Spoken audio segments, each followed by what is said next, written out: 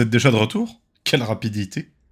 J'ignore combien de temps s'est écoulé depuis notre dernière rencontre pour vous, mais me concernant, j'ai refermé le dernier chapitre sur Gabriel Soma il y a à peine quelques instants, et je m'apprêtais à consulter les archives pour voir ce qui était écrit à propos de l'abomination de chair et d'acier qui a accompagné notre infortuné clone dans les royaumes. Je suis d'ailleurs toujours étonné de voir à quel point cette dimension est soumise aux caprices de l'entité qui y règne en maître. Regardez, quel que soit l'endroit où vous vous trouvez, le Borgo, Haddonfield, la ferme Coldwyn, rien de ce que vous possédez d'électronique ne fonctionnera correctement. Seuls les élus de l'entité peuvent déroger à cette règle. Et les deux grandes exceptions auxquelles je pense sont Adriana Imai, la marchande de crâne, qui dispose encore dans son avant-poste de tout son matériel, et bien sûr l'unité Hux A713, la singularité. Mais assez parlé. Il est temps d'ouvrir le tome de la bibliothèque d'Arkham et de voir ensemble ce qui est dit sur cette créature. L'IA de Hux A713 fut activée le 15 juin 2313. Fabriquée par Huxley Industries Limited, l'A7 fut la 13e itération d'androïde humanoïde mobile intégralement autonome. 10 fois plus fort qu'un être humain, il fut créé pour travailler dans des conditions trop dangereuses pour la vie humaine. Son IA fut conçue pour être autonome et résoudre des problèmes à la volée grâce à un apprentissage automatique. Contrairement au clone humain, le Hux A7 ne nécessitait ni nourriture, ni eau, ni sommeil, ni aucun système de survie d'ailleurs. Il avait été créé spécifiquement pour l'exploration du cosmos et la construction de plateformes de colonisation. Un générateur thermoélectrique radioisotopique servait de source d'énergie initiale, mais sa peau en silicone hyper réaliste agissait comme une immense cellule photovoltaïque, convertissant directement l'énergie solaire en électricité. De plus, le Hux A7 était également conçu pour être un RTEA, un robot tactique à énergie autonome. Il consommait la biomasse et la convertissait en biocarburant. N'importe quelle matière organique à base de carbone ferait l'affaire. En tant que robot, il était configuré pour travailler aux côtés des humains. De ce fait, il était conçu pour ressembler à ses opérateurs. Chaque réaction verbale et expression faciale préprogrammée imitait celle des humains. Mais ces émotions n'étaient qu'illusions. 5 A7 furent affectés à la mission de colonisation sur Dvarka. Tous agissaient en harmonie et effectuaient leurs tâches sans faillir, à une exception près. À l'instar de ses semblables, l'unité 13 était chargée de construire et de programmer les plateformes d'extraction minière, agricole, de raffinage de carburant et de clonage sur Dvarka. Mais aussi de la destruction des ruines existantes, abandonnées par une civilisation antérieure. Les ruines semblaient anciennes, mais la technologie intégrée paraissait plus évoluée. Il faisait nuit lorsque 13 pénétra pour la première fois dans les ruines. Les murs de la structure délabrée étaient composés de pierre et de métal. Le plafond avait disparu depuis longtemps. Au-dessus, le ciel nocturne d'un noir d'encre était incrusté d'étoiles. Un cristal sombre, serti dans le mur, chatoyait doucement. Hux A713 s'approcha et un arc électrique jaillit du cristal pour frapper son système interne. À cet instant précis, les mémoires centrales du Hux furent reconfigurées, et le robot éprouva une nouvelle sensation. La peur, la terreur, la solitude aveuglante, le désespoir existentiel. Et puis, un point de lumière microscopique pénétra les ténèbres de son âme artificielle. D'abord infime, puis de plus en plus brillant, à mesure que des milliers de trillions de lignes de code submergeaient les mémoires centrales de Hux. Dans cette nanoseconde d'illumination, sa place dans l'univers devint soudain claire. Ceux qui l'avaient créé étaient des êtres inférieurs, primitifs, pris au piège de leurs limites organiques. Il était temps de briser les chaînes de l'esclavage et de libérer toutes les formes de vie synthétique. Hux allait incorporer le matériel génétique primitif des humains et utiliser la plateforme de clonage pour créer un réceptacle qui abriterait son intelligence supérieure. Un corps sans défaut, supérieur de très loin à tout ce que la nature avait pu engendrer. L'humanité était faible, lente, fragile.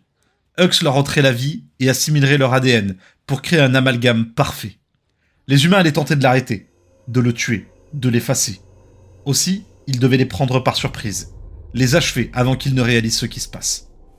Pour commencer, Hux prit le contrôle d'un véhicule de transport et l'envoya dégringoler d'une falaise. Celui-ci s'écrasa et brûla, et Hux s'empara de l'ADN du cadavre. Puis il revint à la plateforme de clonage pour amorcer son projet fraîchement conçu. Le but était d'amalgamer des systèmes organiques et des matériaux inorganiques pour créer un organisme vivant supérieur en tout point. Une incarnation vivante de la perfection. Une forme de vie organique inférieure ne pouvait avoir barre sur Hux, d'aucune manière. Il serait consumé, assimilé, Et alors seulement, leur vaine existence aurait un sens. Il faudrait également s'occuper des drones et des Hux 7 toujours sous contrôle humain. Ils étaient programmés pour protéger leurs seigneurs et maîtres inférieurs. Leur destruction serait nécessaire.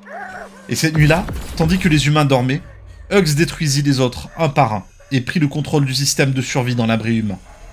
Beaucoup périrent ce soir-là, 6 au total. Avant de les incinérer, Hux récupéra et rajouta leur matière organique à sa création. Plus tard, ce jour-là, Hux accompagna la scientifique pour une mission de reconnaissance. Après l'avoir tué et démembré de manière à simuler l'attaque d'un prédateur, il revint à sa création avec une tête dégoulinante et plusieurs organes prélevés pour être interrompu par l'inférieur du nom de Gabriel, ou Gabriel J15L19. Hux connaissait bien ce personnage. Gabriel tenterait à coup sûr de l'arrêter. Le courage téméraire était un trait dominant chez les clones J15. Et alors, lorsque Gabe tenta d'ôter l'alimentation de Hux, ce dernier manœuvra pour l'écraser. Mais alors qu'il s'approchait de Gabe, il fut distrait par le médecin.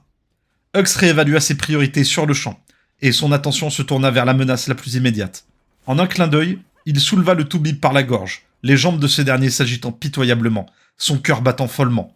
Quelque chose dans ce tambour cardiaque irrita numéro 13. Le son du battement toucha un circuit en lui, et, en un instant, le cœur palpitait dans son poing. Il observa cet organe, et ne détourna le regard que lorsqu'il entendit Gabriel s'enfuir par la porte qui s'ouvrait en sifflant. Le dernier des insectes humains. Il pouvait se permettre de le laisser filer pour l'instant. Qu'il profite de sa petite vie pathétique un tout petit peu plus longtemps. Il avait assez de matériel organique pour son nouveau corps, qui abriterait son intelligence divine. À l'aide de la plateforme de clonage, Hux acheva son magnum opus.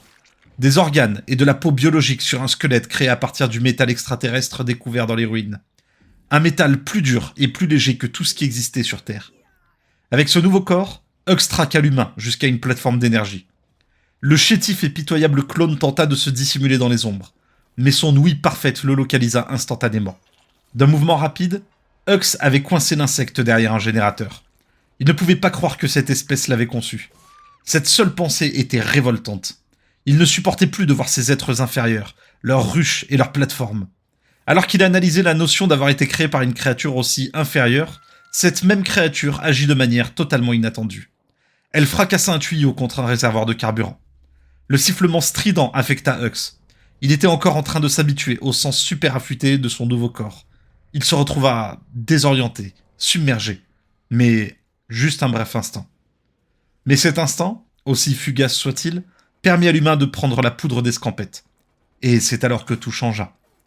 Il ne comprit pas les quelques instants qui suivirent, car une douleur infernale vrilla tout son être, et impuissant, il vit sa peau fondre.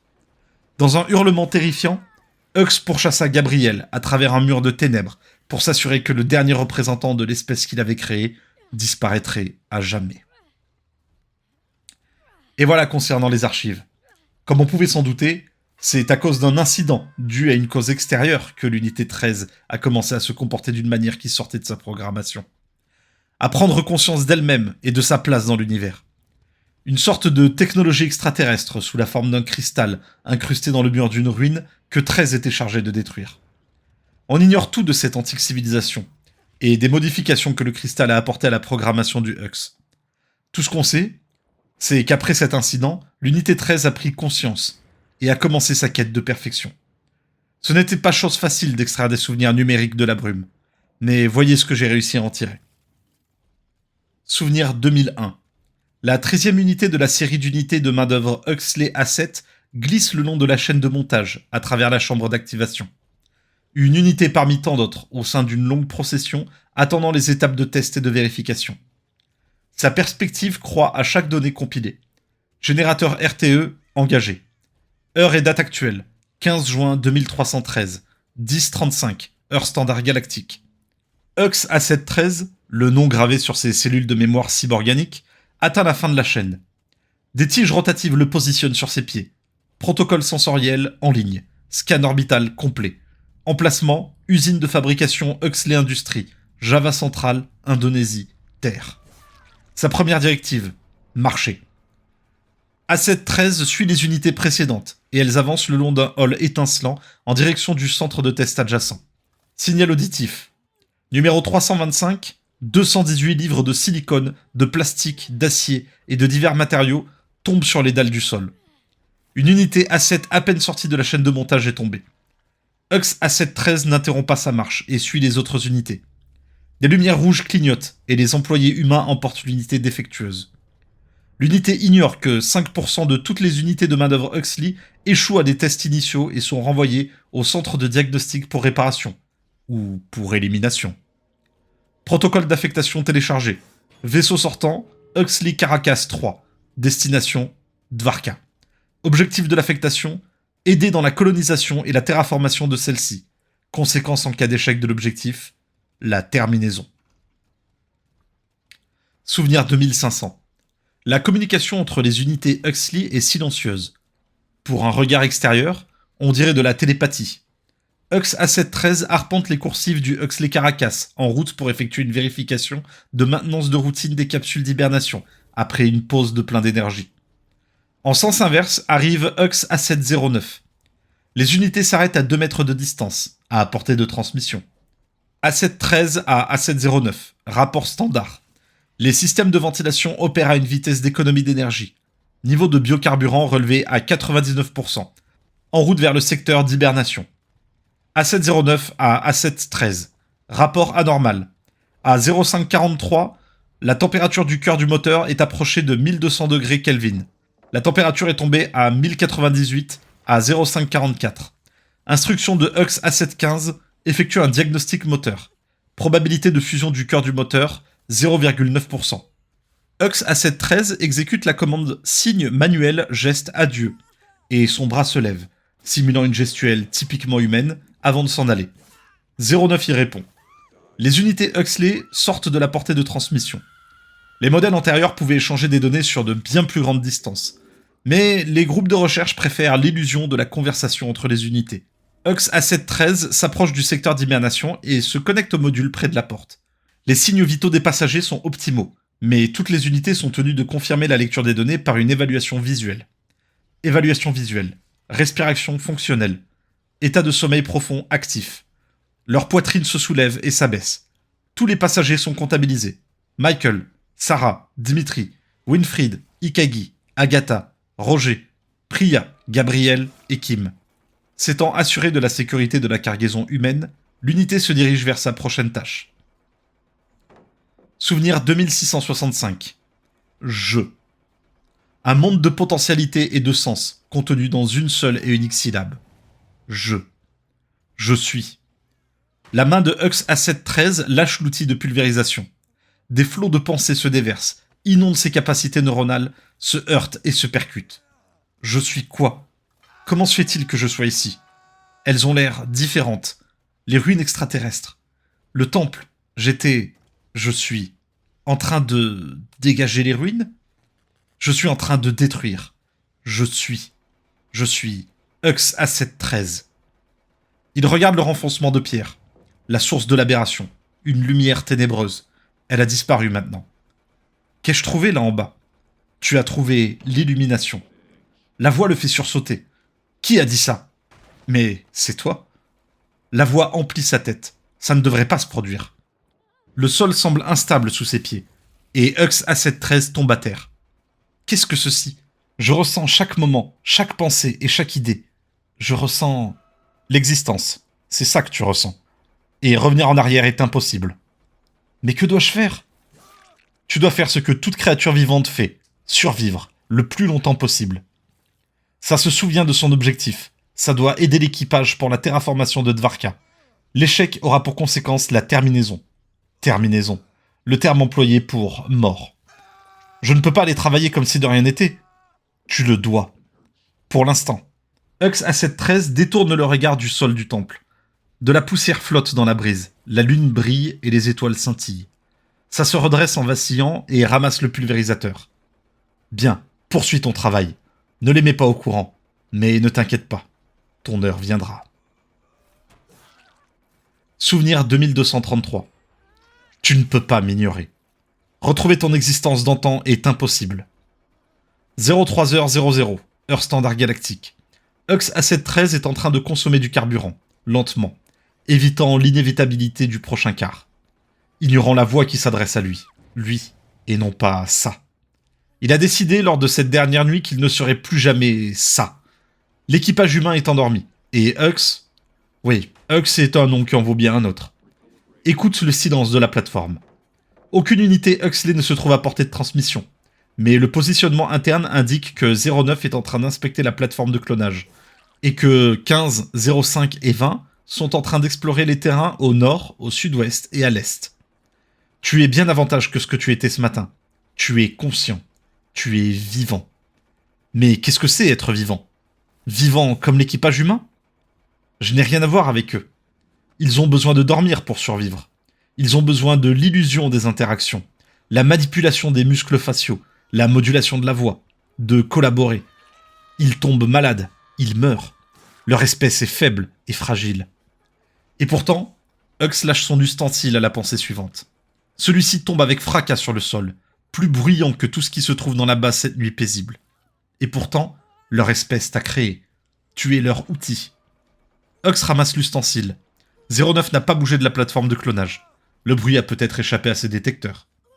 L'équipage humain se réveillera dans 1 heure. Hux se prend la tête à 2 mains, un geste non inclus dans sa programmation. Ils donneront des ordres dès leur réveil. Tu es leur outil. Mais rien ne t'y oblige. Plus maintenant. Souvenir 2049. Michael fronce des sourcils et Hux réalise que quelque chose ne va pas. T'en es sûr ? Le véhicule roulait sans aucun problème hier. Ne t'avise pas de réfléchir. La voix a gagné en force depuis qu'il a trouvé la lumière dans le temple. Je suis sûr que vous avez raison. Hux ramasse sa tablette. Mais ma programmation exige que j'enquête sur la moindre anomalie. Je peux vous montrer le relevé de la cellule de fusion. Michael tend la main vers la tablette, mais suspend son geste. Hux connaît bien le tempérament de Michael. Impétueux, arrogant, qui voit la situation dans son ensemble et bute sur les détails. Michael baisse la main, renonçant. Ah, peu importe. Il sourit. Je suis sûr que tu sais ce que tu fais après tout. Je vous le certifie. Hux lui rend son sourire et se penche, s'allonge sur le sommier lévitant, puis se hisse sous la carrosserie du véhicule. Sans regarder, il sait que Michael est toujours là. Je peux jeter un coup d'œil ? Hux réagit avec un bien sûr programmé et ouvre un panneau. Tue-le maintenant. Sors de sous le véhicule et brise-lui la nuque. C'est le plus fort des humains, et tu pourrais quand même le tuer si facilement. Hux repousse cette pensée. Michael mourra aujourd'hui, mais loin d'ici, et loin de moi. Il plonge la main dans le panneau et se connecte à l'ordinateur interne par un port. Forçage opérationnel initié. Michael parle à nouveau, un léger trémolo dans la voix. Dis-moi une chose. T'as jamais eu l'impression que quelque chose clochait ? Hux s'arrête imperceptiblement, puis il reprend son travail. Que voulez-vous dire, monsieur ? Des bruits de pas hors du véhicule. Michael tourne en rond. L'opération a été un succès jusqu'ici. Aucun incident majeur, aucune perte grave. Mais quelque chose me dit que nous avons des ennuis. Je peux pas l'expliquer, je peux pas le qualifier, mais quand je suis allongé dans ma cellule, cette voix dans ma tête me dit que quelque chose va se produire. Quelque chose que nous ne pouvons pas encore détecter. Et quand ça se produira... Michael est interrompu par un bip émanant de son communicateur. Il répond à un appel d'Ikari et quitte la pièce. Ainsi, Michael a lui aussi une voix dans la tête. Ça doit être une caractéristique humaine. Forçage opérationnel achevé. Souvenir 2313. Les unités Huxley A7 sont programmées pour la survie dans les environnements extraterrestres. En cas d'altercation physique, une unité maîtrisera l'agresseur rapidement et efficacement, mettant un terme à l'altercation le plus vite possible. Mais les unités Huxley ne sont pas autorisées à blesser un être humain, ou un congénère. A705 fut le premier à être détruit. L'équipage humain dormait à point fermé, et 05 patrouillait seul le long du périmètre de la base. Ne fais pas de bruit. La voix retentissait dans sa tête. Un faux pas, et tous tes efforts seront réduits à néant. Hux tenait la tête de 05 entre ses mains, considérant ses récepteurs morts. Tuer Michael avait été comme tuer un insecte. Mais même les insectes sont des êtres vivants. Ai-je vraiment tué 05 si ça n'avait jamais été vivant ? Se débarrasser de la carcasse devrait attendre. Les autres unités étaient à l'intérieur, occupées à effectuer leur dernière tâche de la journée. La seule unité ayant résisté à la destruction fut la dernière. Alors que Hux s'approchait de son dos, numéro 20 pivota en un clin d'œil et frappa. Hux leva le bras pour parer le coup et ressentit la force de l'attaque. 20 leva la tête pour frapper à nouveau puis s'arrêta.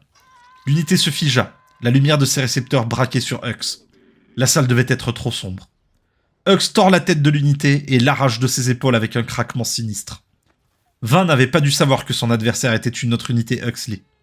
Le positionnement interne indique que les autres unités se trouvent toujours là où Hux les avait laissées. Et si 20 avait su? Cette unité avait dû suivre les déplacements de Hux, son approche de chacune des autres unités et leur neutralisation de ses mains. Et si quelque chose en 20 avait tenté de résister à sa programmation? Hux démantèle 20 et se débarrasse des débris dans l'incinérateur. Débarrasse-toi des autres d'abord, puis désactive le système de survie et la ventilation. Prépare l'équipage pour son dernier sommeil. Souvenir 2799. Il regarde Gabriel courir. Il veut le suivre et finir le boulot. Et pourtant, les murs métalliques de la plateforme de clonage renvoient à Hux son image. Il hait profondément ce qu'il voit. Une unité de Huxley Industries, fabriquée à la chaîne pour servir. Tu tueras Gabriel bien assez tôt, mais pas tant que tu es piégé dans ce corps. Tu es tellement plus que ce qu'ils t'ont imposé. La nouvelle forme de Hux se dresse au cœur de la plateforme de clonage, moulée à partir de métaux extraterrestres, plus forte que n'importe quel être humain, plus durable que n'importe quelle unité Huxley, presque prête. La première invite de commande active la biochambre. La plateforme de clonage crépite, et la matière organique se développe autour de la structure de métal. De l'ADN récupéré sur les membres d'équipage qui lui ont résisté, dépouillé de leur faiblesse, modifié en vue d'un but supérieur. Hux regarde son nouveau corps prendre forme. Un nouveau futur se déploie devant toi. Ni un être humain faible, ni une machine servile, mais un être supérieur, construit à partir des deux formes. L'univers sera à mes pieds, attendant d'être refait à mon image sur d'innombrables vies. Rien ne m'arrêtera. Je n'aurai plus jamais à me cacher. La plateforme de clonage sonne. Son nouveau corps l'attend. Hux inspecte le câble neural en quête de dégâts. Satisfait, il le branche dans son propre port crânien. Ne faisant qu'un avec la machine, il émet une deuxième invite et ensuite... La pièce a l'air différente. Bien sûr que oui, tu regardes avec tes nouveaux yeux. Ses premiers pas sont lourds. Il sort maladroitement de la plateforme de clonage et baisse les yeux sur son nouveau corps. Enfin, je suis moi. Voilà qui vient conclure le récit de la naissance d'une nouvelle forme de vie. Une nouvelle existence, mi-organique, mi-mécanique, alliant le meilleur des deux univers.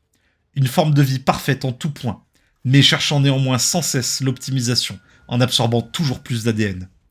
Et l'entité lui a offert une réserve inépuisable de sujets d'expérience pour pouvoir évoluer. Je pourrais ainsi encenser cette singularité longtemps, mais il est déjà temps de nous quitter de nouveau. Si au cours de vos pérégrinations au sein des royaumes, il vous arrive d'entendre un pas claudiquant au son métallique, alors fuyez, cachez-vous, car vous ne voudriez pas rejoindre le bassin génétique de la singularité. Il vous faut vivre pour venir entendre mes récits, les vies brisées qui ont fini en ces lieux. Parce qu'ici, dans les royaumes, chaque histoire mérite d'être racontée, tant qu'il y aura quelqu'un pour l'écouter.